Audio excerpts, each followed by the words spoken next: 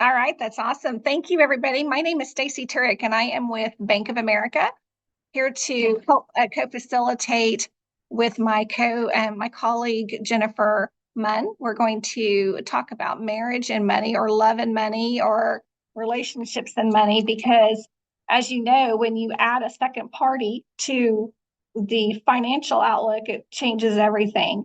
And when we go through this, I'm actually going to give some probably embarrassing but personal stories of my own uh, of whatever my Lessons own learned. lessons learned. Thank you. Through 32 years of marriage, and so I've seen it all.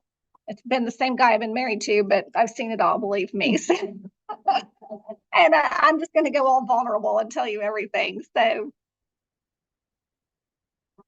can you hear me okay? Jennifer, how does it I move? can hear you pretty good. All right, I can move up too if I need to. How do I move my screen? So just scroll clicking. down. Okay. Sorry. You want to do it? Do the stop share. Okay. And I'm sorry, reshare. Okay. Yeah. And then share. Zoom is new to me, as y'all can tell. Then click again. I think I'm going to make it little again. There you go. All right. And then you can make it big on each slide, but you can go into there. So we're going to talk about spending and saving, and I'm going to take half of this, and Jennifer's going to take the other half. But we're going to talk about how to develop a budget, how to jumpstart your emergency fund. If you don't have an emergency fund, start today. I don't care if it's a quarter. Start it. Get in the habit. I'm serious. Even if it's just a quarter, just get in the habit of putting things back. And then how to protect your savings or prioritize your savings. So back in the day when I got married, I was really young, and I can tell you we spent zero time talking about our budget. We were just in love, and we just wanted to get married. We had absolutely no plan, and it caused years. And when I tell you years, I'm going to say decades of problems. So after 32, we worked through them. But had somebody walked me through how to do this, it wouldn't have been so painful. Mm-hmm. So just want to put that out there. Never, if you are going into a relationship with somebody, I don't care if it's your best friend or if it's your partner, if you're going into a relationship where finances are going to be commingled, have those conversations and do not shy away from them. And that's what we're going to talk about today, is how to have those conversations. What should you be talking about? And what do you need to find a common plan and a common goal? So if you'll go to the next slide.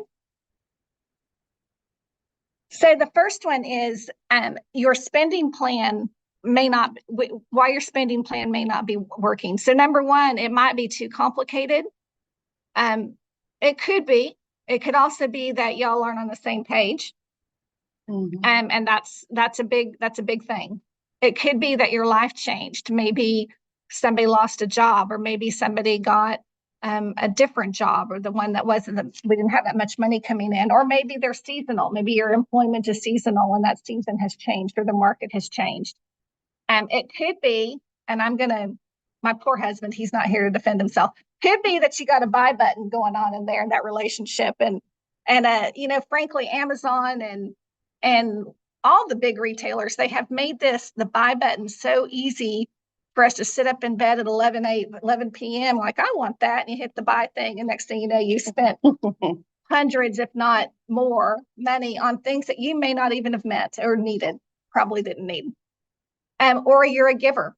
So what does that mean? Maybe I had this aunt, God rest her soul. I don't think she ever saw a dollar that didn't work for somebody else better than it worked for her. So she was always in debt, never taking care of herself, always taking care of somebody else. And there was no one there to get her in line to say, you need your money to buy groceries or to pay rent. Mm-hmm. Your grandchildren don't need it, or your nieces and nephews don't need it as badly as you do. So if you will go to the next one, and thank you for giving this to me. I thought that would be a little easier. I'm going to, this is a budget plan and it looks scary. Is there anybody on the phone who wants to chime in and tell me that does not look scary? It does. It looks scary, but don't let it scare you. Um, your spending plan needs this type of detail. And this is where I'm going to turn it over to Jennifer because I know that she has spent some time prepping for this piece of it to walk us through it. I have, and thank you all for being here. My name is Jennifer Munn, and I am a wife of 18 years, a mother of 5, and a Bank of America private bank employee that works for small business. I've developed a great relationship with this spending plan. I love it. My husband and I, in the 18 years we've been married, we learned a lot. And one of those things is how to build a budget. He built one on Excel that mirrors this very well and built in some formulas. So if you have that skill, that's definitely a plus. But we had to get a grip on our spending because we had children. And when you have as many children as we had, which was 5, and they're all in the range of, 8 years of each other, you go through periods where car insurance is really expensive at times. You don't know how to forecast for college. A lot of things come up that if you don't pre-plan for it, it can be destructive in your finances later. And so that's why I love this spending plan. One of the things that it does, and I will leave some here at the library, and you can also find this on bettermoneyhabits.com. Their website has this for you as a resource that you can print from home, but it's putting pen to paper and really narrowing down what type of income that you have coming in. If you've got a lot of multiple incomes coming in, it could be from a job, it could be from a side job, it could be from social media, it could be a lot of different income sources. But once you get your income down, you're going to put it here at the top. This first column here, and it's probably not going to be very visible on the PowerPoint, and that's okay. You'll see it in person if you go to bettermoneyhabits.com after this, and you'll know what I'm referencing. But this column right here, this first one, is your expenses, what you expect to pay for them. There are some expenses that are variable, and there are some expenses that are fixed. So like your mortgage, most of the time, it's going to be the same payment every month. Your car payment, your insurance, most of those things are the same amount each month. So you can really pre-plan for that expense and, take a little bit out of multiple checks to pay that bill, or, however you plan to do it, whatever works for you, you want to put pen to paper and write those numbers down so that out of your income, this is what I'm going to spend. But then you also want to set aside money for things that are not fixed, such as food. Some months groceries are more expensive than others. The spring break's coming up. A lot of people's grocery bill will budget that week. Imagine if you pre-plan for that, how much easier that would be to handle as opposed to in the moment. And when you do in the moment issues, a lot of times you have to pull from savings or use a credit card, and those aren't desired methods of payment. So writing those things down, even budgeting for clothing, because when school comes up, you definitely have to go school shopping, school supplies, things like that. Putting those funds aside here and making sure that you have that forecasted for yourself for the next month is good. This right side column is going to be a little bit frightening for some of you because it's going to be where you put what you actually spent. So these fixed expenses will likely just carry over because they're the same amount. But imagine if you spent $100 more on your groceries, that has to be calculated. So you're going to put it here under what you actually paid. This is actual and this is forecasted. So it gives you a little bit of a guide on how to really prepare yourself for your expenses and filling out a spending plan. Developing the budget is going to be part of this because you'll sit down and figure out what are your bills month over month. What are they? Do you have bills that come in quarterly? And then for a lot of people, you may have a tax bill that's once a year, but it's a very large amount. So you might want to pull out funds out of each paycheck and store it aside for your taxes.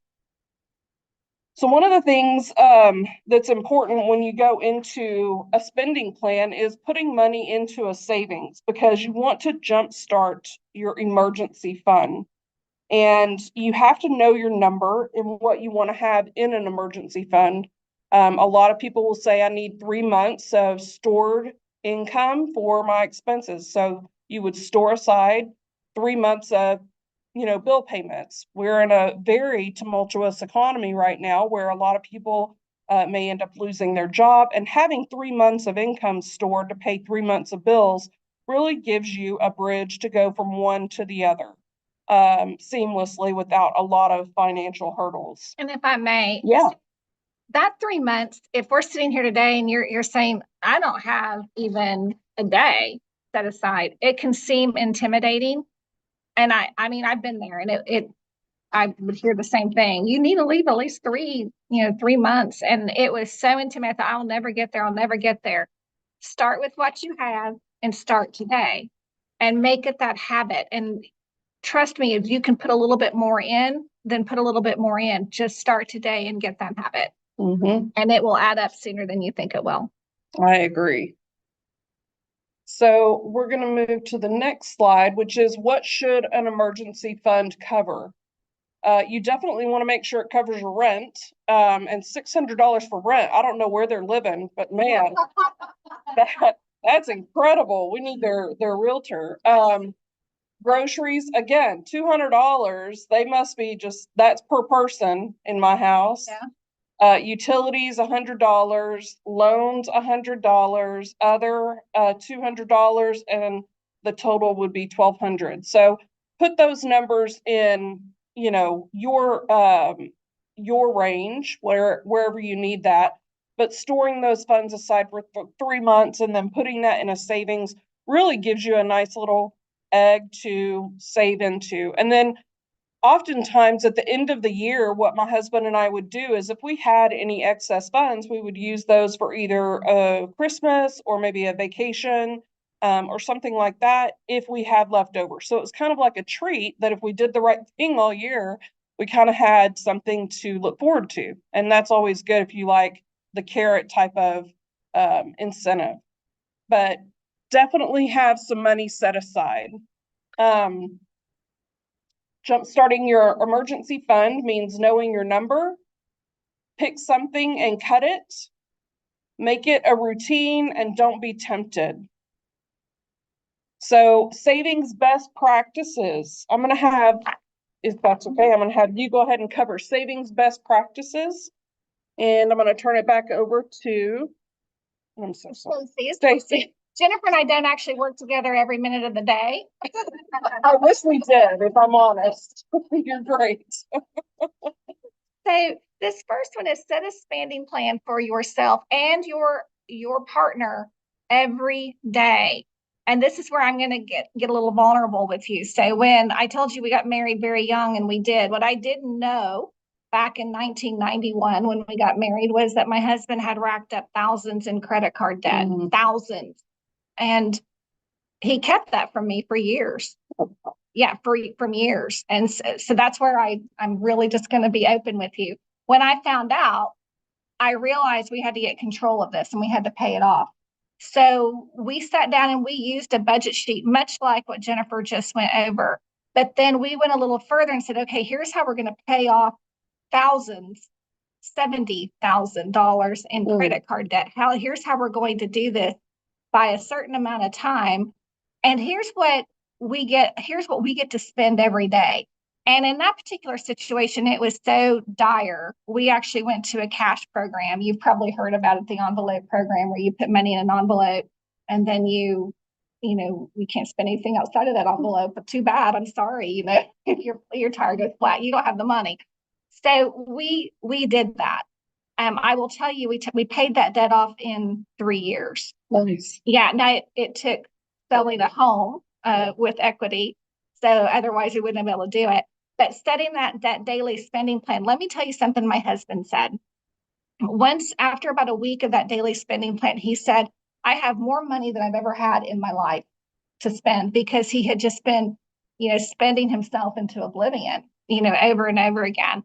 So when you are starting to go into that relationship with somebody, ask those questions. I've got to tell you, I never asked him, do you have credit card debt? Because I didn't believe in credit cards. I had one, but I never used it. Never occurred to me somebody would think differently than me. Oh, guess what? People think differently than us. And to this day, we've been out of that debt for over 20 years. Okay, 20 years, almost 20 years. Anyway, we have never gone back because once you get into that spending plan habit and you realize the benefits from that, you don't ever want to go back to that nightmare because debt will cause you stress and it will cause marital or relationship problems. Yeah. That's incredible. That's an incredible story. And I appreciate you being vulnerable because, when you come out and you say something like that, it makes a lot of other people not feel so bad in their own situations. So if there is credit card debt, I will tell you there's a great plan to get that paid down that you can learn about. Again, at bettermoneyhabits.com, there's tons of resources there to work on your credit, get debt paid. And if you do go into a relationship with debt, it's very important to know that ahead of time. But let's say you're in the marriage now and you didn't know ahead of time. Getting a plan together, there's no better time. That's right. Get together, get a grip on it, get a financial person in front of you from, of course, Bank of America offers people where you can walk in and really get some helpful advice on what are some solutions to that. But debt repayment is something that is a whole nother topic that we could definitely go into detail on. But it can be destructive in marriages. So sure transparency is key. It sure can. Believe me, there was more than one time I thought, I'm out of here. Yeah. But didn't do it. Yeah. So stuck with it. And, and I'm glad we did. 32 sure. years, it worked out. So, and I do tell that so that if you're facing that type of situation, you know that you can overcome it. Here's one that's kind of hard for us, to me, and especially in Collin County, is taking public transportation. I got to be frank, it's not that good. So I don't know. You may want to weigh the cost of having a car and the cost of maybe using rideshare, if you need to, because sometimes it could be cheaper to use rideshare, especially if you're not going far away. If you don't, but like I travel 20 miles to and from work, so rideshare isn't going to be an option for me. But if you can take public transportation, like say maybe you live in Dallas, where public transportation is a little easier, by all means, it is less expensive. Change your phone plan. That's a big one. My mother passed about 7 years ago, and when I started seeing what she was spending on her phone plan, I was floored. I was floored. I think the lady was spending $400 a month or something crazy. Like she had all kinds of people on her plan. That friends and family thing, it wasn't too friendly for her, but it was a lot of money. Yeah. So, just take a look at your phone plan, see where you can reduce. And that's a lot of times where the hidden charges are. Here's another thing where there are hidden charges, and it's not on this slide. And how many times do you have like subscription fees, monthly fees? I want to listen to a song on Alexa the other day, and she's like, you can't hear that unless you pay $9.99. Well, I'm not paying $9.99 a month to hear that music. I'll go to my phone and listen to it on YouTube or whatever. So look at those hidden charges. I asked my husband the other day, I said, how much are we spending a month in just these little $6.99 here, $5.99 there? And he's like, oh, I don't know. I have to print out a statement. I said, then let's print out a statement. And let's go look and see what's hitting our bank account every month, because I want to get rid of those things. Well, I'll tell you a real quick story regarding number 2. We were at the public transportation thing. So we were leasing a car. It cost us about $850 a month to lease this car. And that includes everything: gas, insurance, and the payment for the lease vehicle. And, of course, we hit this inflation period where everything's more expensive, fuel, all of that. And I thought, there's got to be a better payment option out there for me than this lease vehicle. So we sent the lease back. We paid all the fees to get it sent back. And I went and got a motorcycle, because for me, I drive right around town. It was a lot easier, but it was a third of the cost of a car. And so I just made the decision, if you can use a bike or even ride share with people, that's always a good one. And then to speak to number 3, changing the phone plan's good, but also your electric company, your insurance. There are always promotions out there. that you can get a part of if you do stay up to date. So you want to make sure you're getting the best rate for whatever it is you're doing. And then to speak to fees and subscriptions, what I will tell you is I will pay a lot of money for convenience. One of the things a lot of the times that my kids get caught spending money on is Uber Eats, food deliveries, things like that. If they can stay home and they don't have to leave, so much easier just to pay to have it delivered. But really and truly, if you've got financial goals, these are the things that you have to look at and make sacrifices and decisions on to better your future forecast financially. So those are a few things that I did in my own personal life. Was just figuring out what was it that was coming out of my checking account. And if it's a fee that you don't recognize or that maybe you didn't agree to, really study those, do some research and find out what the root is. Is it that it's a fee from Amazon? Is it Apple? Where is it coming from? Because when you put your information out there, it can often get tied in with a lot of other things. So that's a good one also, but I'll let you pick back up on number 4. Sure, thank you. Yeah. Another one is forgo something you buy often, but perhaps you don't need. I do another Better Money Habits for a women's shelter in Dallas, and these are ladies who have left a tumultuous relationship, and so they need, they don't really have a lot of money because of where they've left from. And there was one lady last year I was working with, and she was buying Starbucks every day. Well, I don't know what she was buying. We didn't go into that much detail, but I can tell you if I just want a big coffee, it's $5. And if you do that every day, $5 times 7, 35 a week, $35 a week. Do the math with 52 weeks a year. What is that, like? I don't know, $1,500, something like that. Is it that much? It's a lot of money. Mm-hmm. So when you start dividing that by 12, you're like, oh my gosh, I could probably pay my my car insurance with that kind of money. Now I know I like my coffee too. I drink it every day. Make it at home. Use your Yeti cup. It'll stay hot for 6 hours. And it won't cost you $5 a day. Mm-hmm.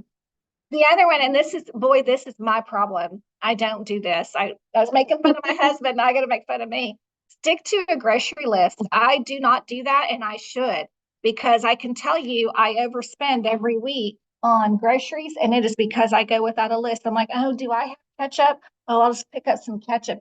Ketchup is $4.49 or something like that. I went home Sunday and I had 2 other bottles.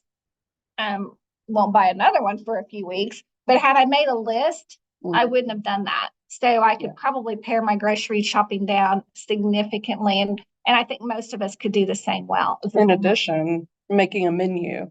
Absolutely. Making a menu. That is a good one, because then you have it planned and you're not, oh, I'm going to go grab a pizza, or I'm going to go get Uber Eats or whatever, because you have a plan and you have your soup there, or your lasagna, or whatever it is you chose to make.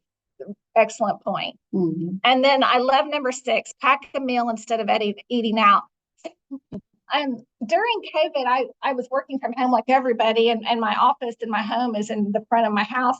And so I'm a nosy neighbor, and I noticed my neighbors across the street were getting Uber Eats every single freaking day. And now when I work from home on Fridays, I can still see them, and they're still getting Uber Eats every single freaking day at lunch. And I can't even imagine what that's costing them. Whereas I thought, my goodness, ask my kid, they'll know. Sandwich. I mean, it'll fill you up. Or how about a can of chicken noodle soup? It's it's cheap. It's $1.04 or something like that. So, but absolutely, eat at home, pack a meal, stop the eating out, or at least reduce it, or make that your treat. So if you and your husband, or if you and your partner have stuck with your budget and you're doing pretty good and you're hitting your emergency fund and you're paying off your bills, you deserve a treat, and you need to have a treat. Otherwise they'll get old. So maybe that's when you go and eat out, or you go get a movie or something, but just watch those extraneous costs that you can reduce that are within your control. Mm-hmm. And so a lot of times when we get into relationships, we already have pre-existing debt. We may end up incurring debt together. Do you have a debt? Do you have any debt?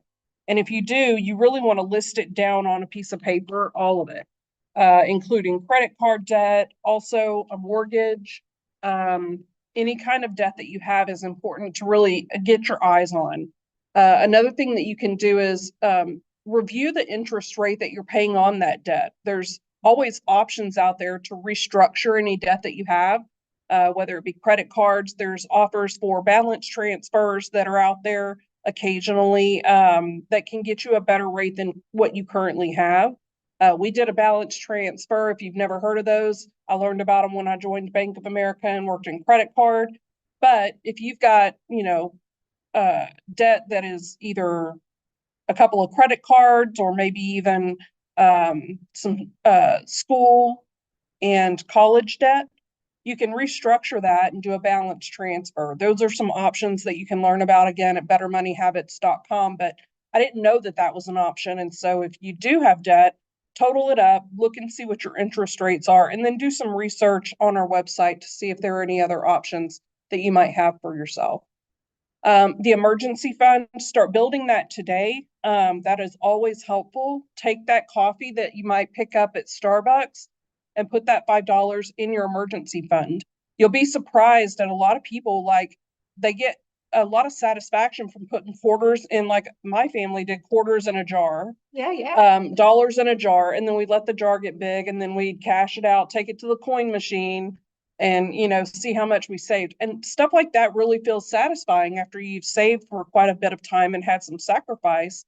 You get to go and enjoy the fruits of your labor by either paying off debt or getting yourself in a better situation financially.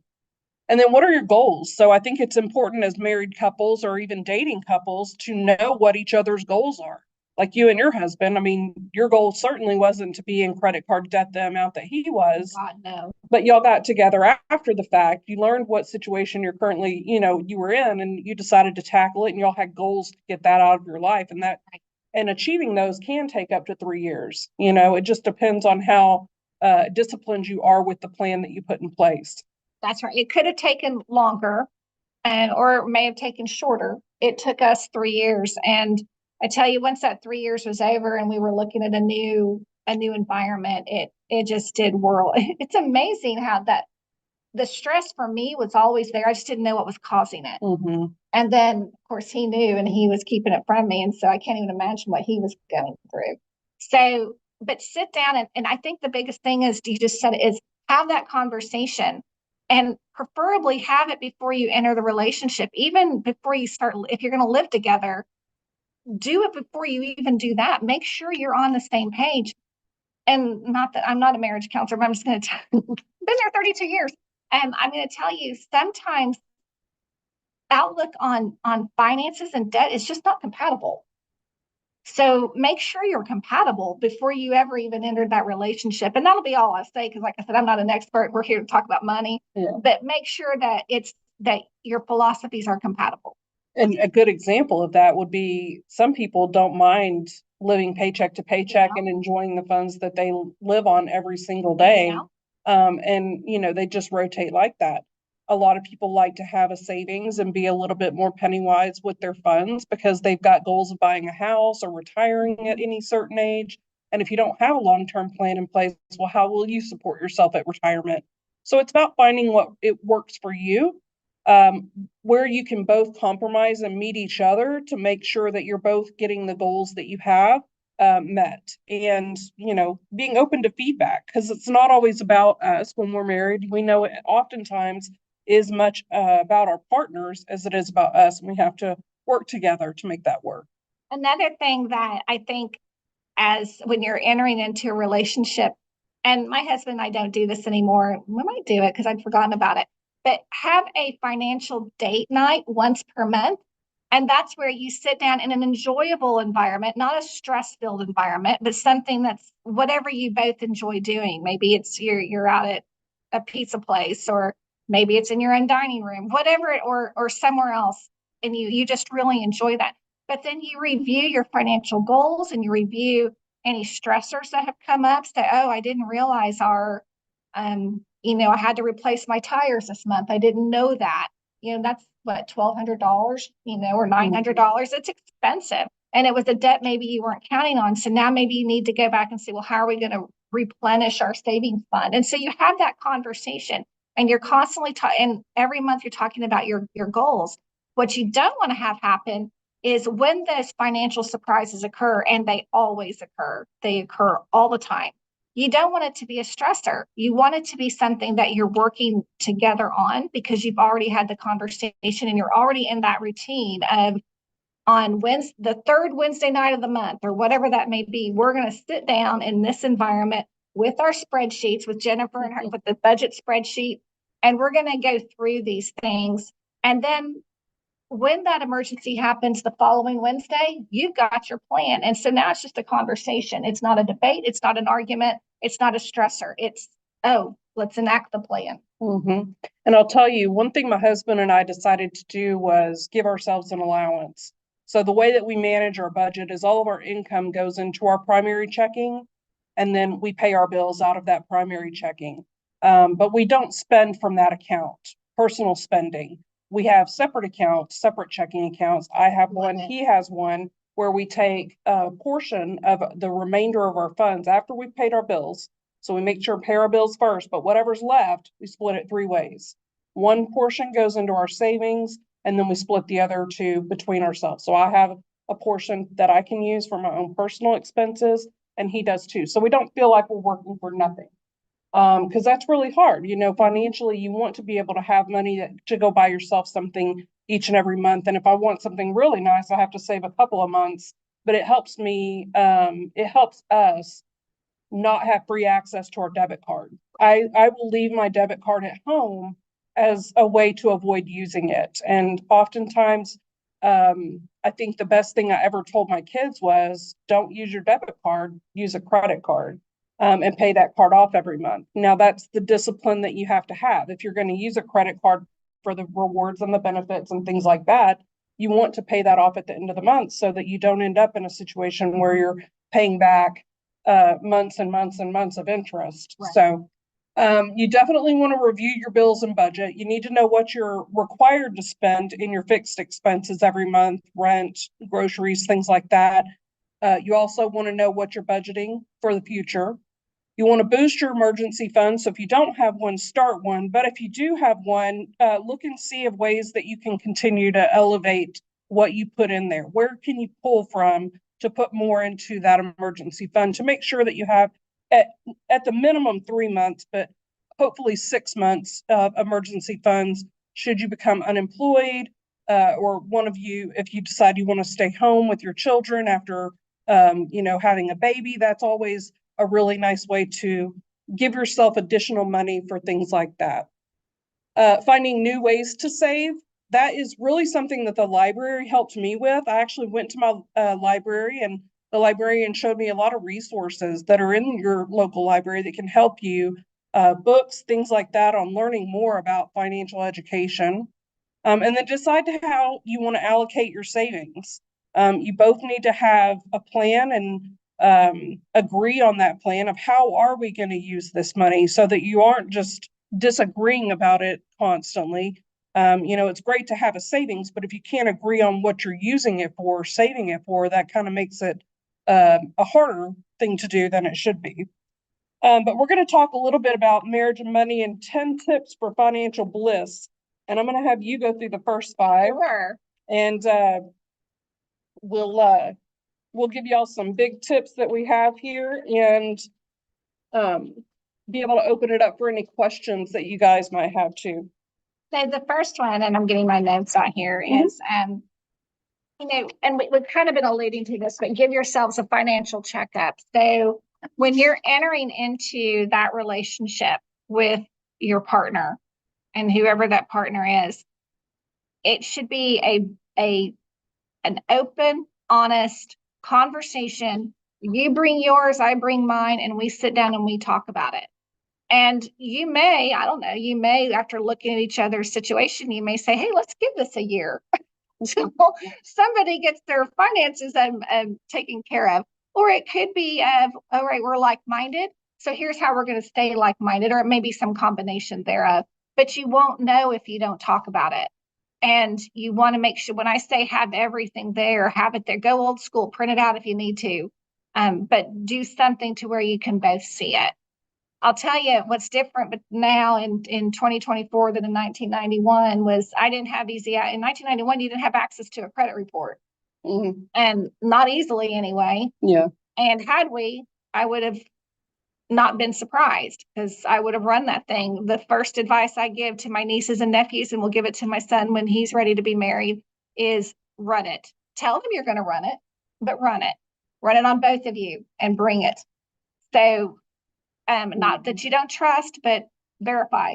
And most banking applications will give you your credit score now. Bank of America does offer that through our mobile and online banking. So if you need to know your credit score, there's a lot of resources for you. And then also, it's amazing what you'll find on there. And I can't tell you how often in my many decades of life that I've run it and I found errors. And so, because it happens. Yeah. And so then you just get it taken off, and it's amazing what that will do to your credit score. Fraud too. Yeah, fraud is a good one. That's how you know that whether you are being defrauded or not. Understand your partner's debt. So, and that's not just that they have debt, but where do they like to spend their money? You may find my husband's an avid golfer. That is an expensive hobby. And and now he's like, he goes once a month because it is so expensive. I think he told me $90 at a normal golf course. And that doesn't include, the adult beverages. But so that's an expensive hobby. And it's not that I would ever want to take that away from somebody. He should enjoy his hobby, but know where they're going to spend their money. Maybe you have a relationship with somebody who loves shoes and they like to spend money on shoes. I'm not judging. I like stuff too. I like to go have fun, and I like shoes, and I like coats and clothes and makeup and get my hair done. But if you know where they spend their money, you know what you just know it. And so you can help better manage that and get on board with it. The next one is save for the wedding. So I'll tell you, I was young when I got married. I keep saying I was young when I got married. I didn't pay for my wedding. My parents paid for my wedding. But the one thing when they sat down and said, let's talk about the allowance for your wedding, it was, this is the money you have, because we don't go into debt for wedding in our family. We don't. We pay for the money we have. That's how lavish your wedding will be. And that's it, unless you can somehow pay for it yourself. So I saved. My husband obviously wouldn't save. So I had a really small wedding that was fun, but didn't break the bank, and nobody went into debt for it. Now, I also was saving beyond that. Little did I know I would lose that money at some point to credit card debt. But make sure you're not only saving for that wedding, but save for the honeymoon, save for that first year, because you're going to run. I can't emphasize it enough, especially when you're bringing two households together or two people together. You're going to run into some hiccups. You're going to run into some unforeseen something or another. Yeah, definitely. And to add to that, the wedding thing, I agree with that. Additionally, you want to start saving if you're planning on having children. Oh, yeah. Because after the wedding, and my wedding was $60. We went to the Justice of the Peace. So it just depends on your priority and preference. My first wedding was more expensive. My second wedding, we went a little less expensive and just went to the Justice of the Peace and bought, very affordable bands, and didn't make a big deal of it. We wore blue jeans and a red shirt and matched, and had our pictures made at Target. Like, it was legitimately probably the most budget friendly wedding ever. But we had 5 kids when we blended our family, so we knew what the priority was. So you have to have a focus on what is the most important priority for you. Is it that you have a really nice wedding? If it is, save up for it. If it isn't, then put that money aside for those later things like having a baby or emergency funds, things like that. You know what? That is a really good point on, because especially if you are going to have children, because they are expensive. And to your point, you don't want to be in debt and then, have a baby, because it's going to cost more money. Yes. Decide who manages what. And Jennifer talked about this in really great when she said, we have our house account, and then I have my checking account, and he has his, and we can spend that way. But make sure you know who's on point, like who's going to be in charge of the mortgage, and to make sure that's within your range, or like my husband's got the insurance and he's also got the electric and gas bill because he loves to negotiate those things. He loves to make those phone calls, loves to find the best rate out there. So and I'm happy to have him take care of that. I sure don't want to do it. But make sure that you sit down your budget and you're like, okay, you're going to have this piece of the budget and you're going to have this piece of the budget. Now I'm going to go vulnerable again. And I'm going to recommend that either you operate like Jennifer just said, where you have the joint account and then you each have a branch of that joint account. I'm going to recommend that you try to stay away from completely separate accounts. And let me tell you why. So back in my early years, of course, I didn't know the stud existed. And I would just see big swaths of money just leaving our account. And my husband couldn't tell me where it was going. Well, he's paying off credit cards. And so finally, out of frustration, I said, let's just split accounts and I'll take care of this and you take care of that. It was the worst thing I could have ever done because it gave him free reign without any check or balance for him to go on and continue that spending. And I know this is recorded, so he's probably going to be listening. Oh my God. Laying our whole Shoot. Oh. Well, there's my email. So anyway, so if you're going to manage the money, it's okay to manage the money, but make sure that you know who's got what, and also try to keep that check and balance with each other. If you want to have separate accounts, that's fine, but that doesn't mean you stop having the conversation. Mm-hmm. Have the conversation anyway. Just look at each other's accounts and make sure that you're trusting but verifying. And the deciding who manages, I learned early on that my husband liked to manage the budget, but I definitely wanted to stay in tune with it. So he does it. We sit down together when we pay bills. We make it a time where we sit down, like you said, make it a relaxing environment. So as soon as we have all of the income that we're going to use for that month's payment, we get together, we sit down on a Sunday is when we do it in the evening. And we go through, we pay all of our bills electronically. So we'll log in, pay the bill, then we'll mark it on our sheet that it's been paid. But we do that together, and it's really great to have checks and balances, because if they're making their money and spending it how they like and you're not, there will be a division there between you. It's not equal. It's not equal at that point. One person has an advantage over the other, especially if you make more than your partner. And if your expenses are high, if your rent and groceries, things like that, you really want to bring as much money into that as possible. So combining your income to tackle those expenses is a lot better. So it's number 6 is to combine or not to combine. So I'm glad you went into that. I just stopped sharing. But there are a number of ways that you can manage money in your marriage. So weigh the options, figure out what works best for the both of you, and consider opening a joint account, linking your individual accounts together, or continuing with separate accounts if you do absolutely prefer that. But like I said, I mean, you definitely want to combine it for bills' sake. And then after you've paid your bills, like me and my husband, we have our separate accounts. So if he wanted to go play golf, because he's a golfer too, and it is expensive. And I was like, man, what is this? Is it $90? It's, yes. Right. So, I mean, it is. It's an expensive hobby, but he uses his allowance for that. And it sounds like we're teenagers because I say allowance, but it's just what we've given ourselves to spend. Update your beneficiaries. This is important no matter what age you are, because anything could happen, and you want to make sure to give anybody that you're leaving things to or leaving any accounts open. If you've got any financial things that you need to take care of, really make sure your partner's aware of how to access that information, and make it easy for them so that you don't have all those loops and hurdles to go through should anything happen emergency wise. In fact, if you use that budget sheet that Jennifer showed you, it would be so much easier just to have a sheet connected to that, to where you are saying, here's where I have different life insurance policies or my insurance or whatever it is you have, so that it is easy access and they know where to get it. Yes.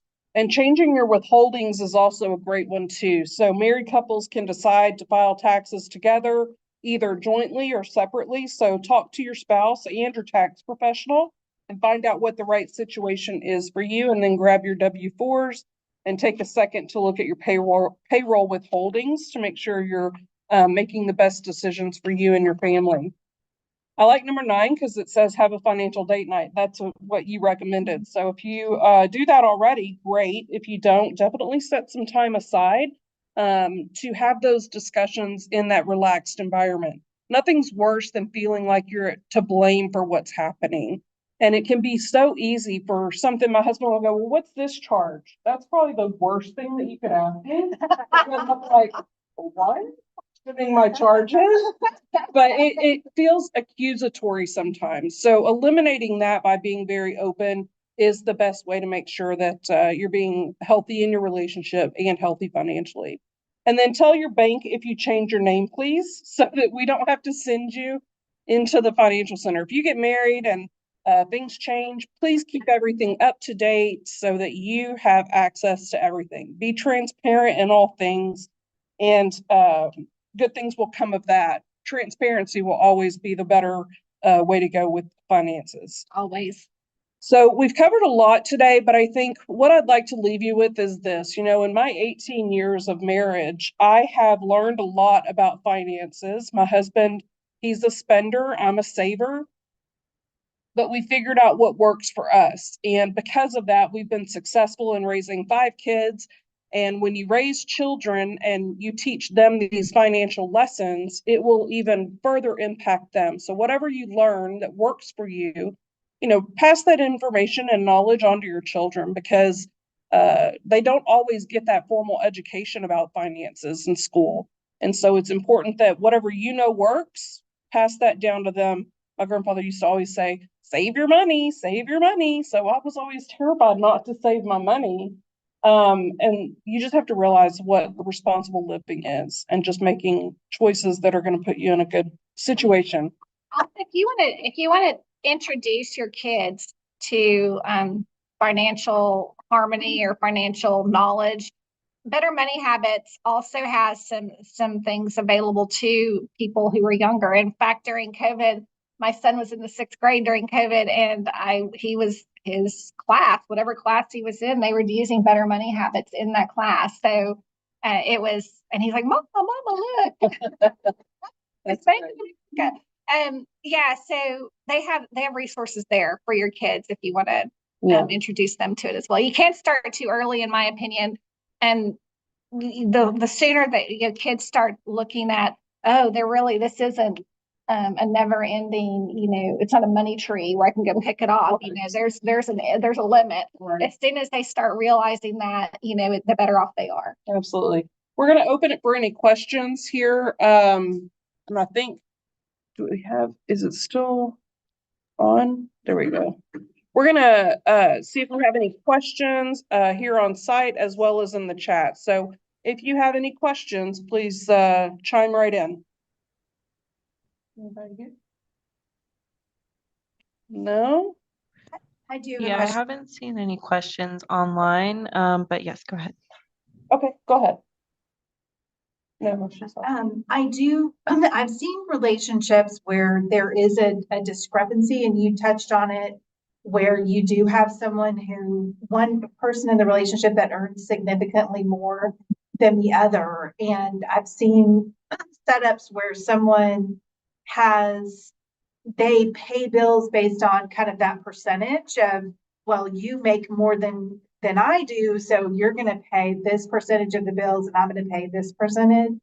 But I do think that sometimes that can be a dangerous situation with, as things change and keeping as incomes change and things like that. Do you have any suggestions for those situations where you do have a large discrepancy between the incomes of those in the couple, those involved, the parties? I do. I think it comes down to getting one checking account and putting all of the income together. I was going to say the same thing. It might sound old-fashioned, but you're in a relationship, whether you're actually legitimately, married or you've chosen to live that way.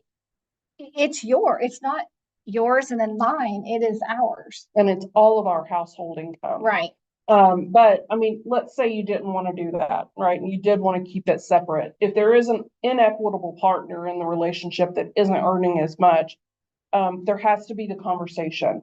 And it's going to be easier on fixed expenses. Like, okay, you cover $400 of the mortgage, I'll cover the other 600.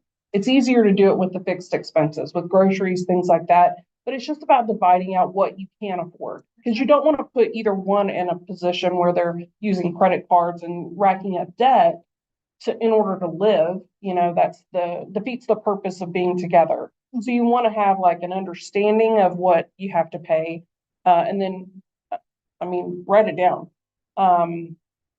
My daughter got a roommate, and I told her the same thing, because they're sharing expenses, the living space, and one makes significantly more than the other. And I was like, you have to have the conversation, because y'all are living together, even though you're not even in a relationship, you're still cohabitating together. And that's going to put both of y'all at a disagreement at some point financially. So just transparency, have the conversation, don't shy away from it, don't be nervous about it. Money's money, it's a resource that we use to live. It's not something that's an enigma that's out there and everybody's just, want more, want more, want more. It's, what can I use this resource for? That's what money is. So I really enjoyed this conversation. I think there's a lot to learn from each other in these instances, especially with marriages.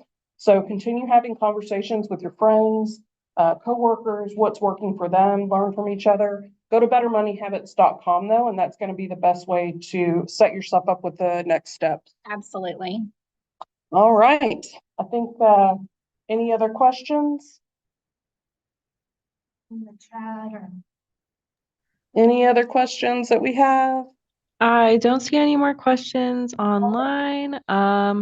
If you guys are ready to go, I can go ahead and close up online as well.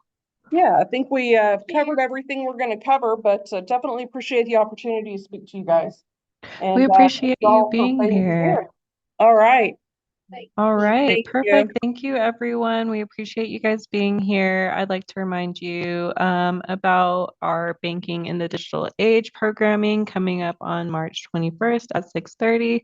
It'll be a Thursday in person at Schimmelpfennig and virtual as well. So go ahead and sign up on our brochure online. Be sure to stay up to date with Plano Public Library by following our Facebook page and checking out our blog posts at planolibrarylearns.org. There you can find resources, recordings from our past programs, and other materials on how to take advantage of everything Plano Public Library has to offer. Please complete our survey, which will come up after this program. And thank you for joining us. We'll see you guys next time. Thanks, everyone. Thank you. Bye. Thank you, guys.